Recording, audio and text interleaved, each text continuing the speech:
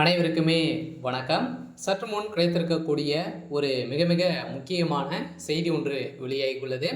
சற்று முன் ஸ்டாலின் அதிகாரங்களை பறித்த ஜனாதிபதி, திமுக ஆலமரம் சரிந்தது, இது மாதிரி பார்த்தீங்கன்னா செய்திகள் வெளியாயிருக்கு.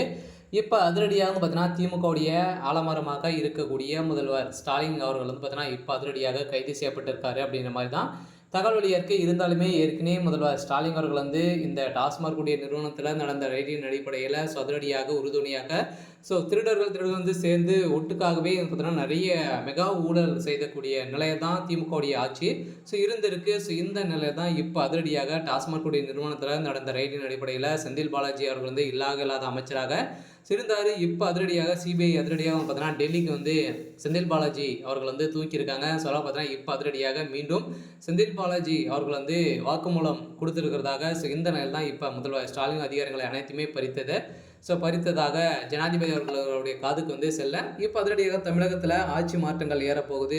தமிழகத்தில் திமுகவுடைய ஆலமரம் இருந்த முதல்வர் ஸ்டாலின் அவர்கள் கைது செய்யப்பட்டிருக்காரு அப்படிங்கிற மாதிரி தான் இப்போ அஃபீஷியலாகவே பரவலாகவே பேசப்பட்டிருக்கு. இதை பற்றி இந்த வீடியோவில் நம்ம முழுமையாக பார்க்கலாம். அதுக்கு முன்னாடி நம்ம சேனலுக்கு இப்போ தான் நீங்கள் முதல் முறையாக வந்திருக்கீங்க அப்படின்னா மறக்காமல் நம்மளுடைய சேனலை சப்ஸ்கிரைப் பண்ணி சப்போர்ட் பண்ணுங்கள். வாங்க வீடியோக்குள்ளே போகலாம்.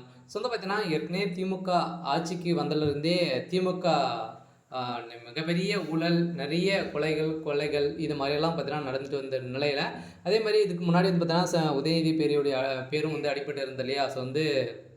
அண்ணா பல்கலைக்கழகத்தில் நடந்த பாலியல் தொந்தரவு அடிப்படையிலும் உதயநிதி ஸ்டாலின் அவர்கள் சிக்கியிருந்தார். இந்த அனைத்துமே ஒட்டுக்காக டார்கெட் பண்ணி இப்போ அதிரடியாக பார்த்தீங்கன்னா இந்த டாஸ்மாக் நிறுவனத்தில் நடந்த ரயிலின் அடிப்படையில் இரண்டாவது முறையாக நடந்த ரயில்கள் தான் அதிரடியாக கோபாலபுரமே வசமாக சிக்கிக்கொண்டாங்க. இதில் பார்த்தீங்கன்னா எக்கச்சக்கமான பணங்கள் கொள்ளடித்திருக்காங்க அப்படின்ற இரண்டாவது ரயிலில் நிரூபணமாக இருக்குது. அதே மாதிரி இதில் நிறைய பேர் உதயநிதியுடைய நண்பர்கள், தொழிலதிபர்கள், அதே மாதிரி பட இயக்குநர்கள், இது மாதிரிலாம் நிறைய பேர் மீது பார்த்தீங்கன்னா சொத்துக்களை குவித்திருக்காங்க.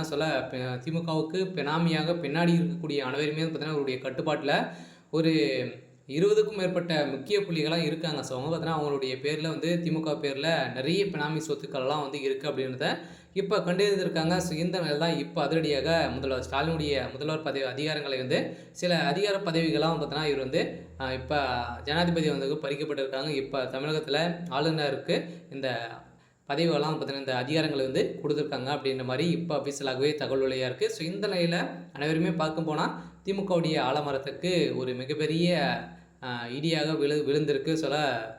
முதல்வர் ஸ்டாலின் அவர்கள் கூடிய விரைவில் கைது செய்யப்பட போகிறாரு அப்படின்ற மாதிரி இப்போ தகவல் வெளியிட்டிருக்காங்க.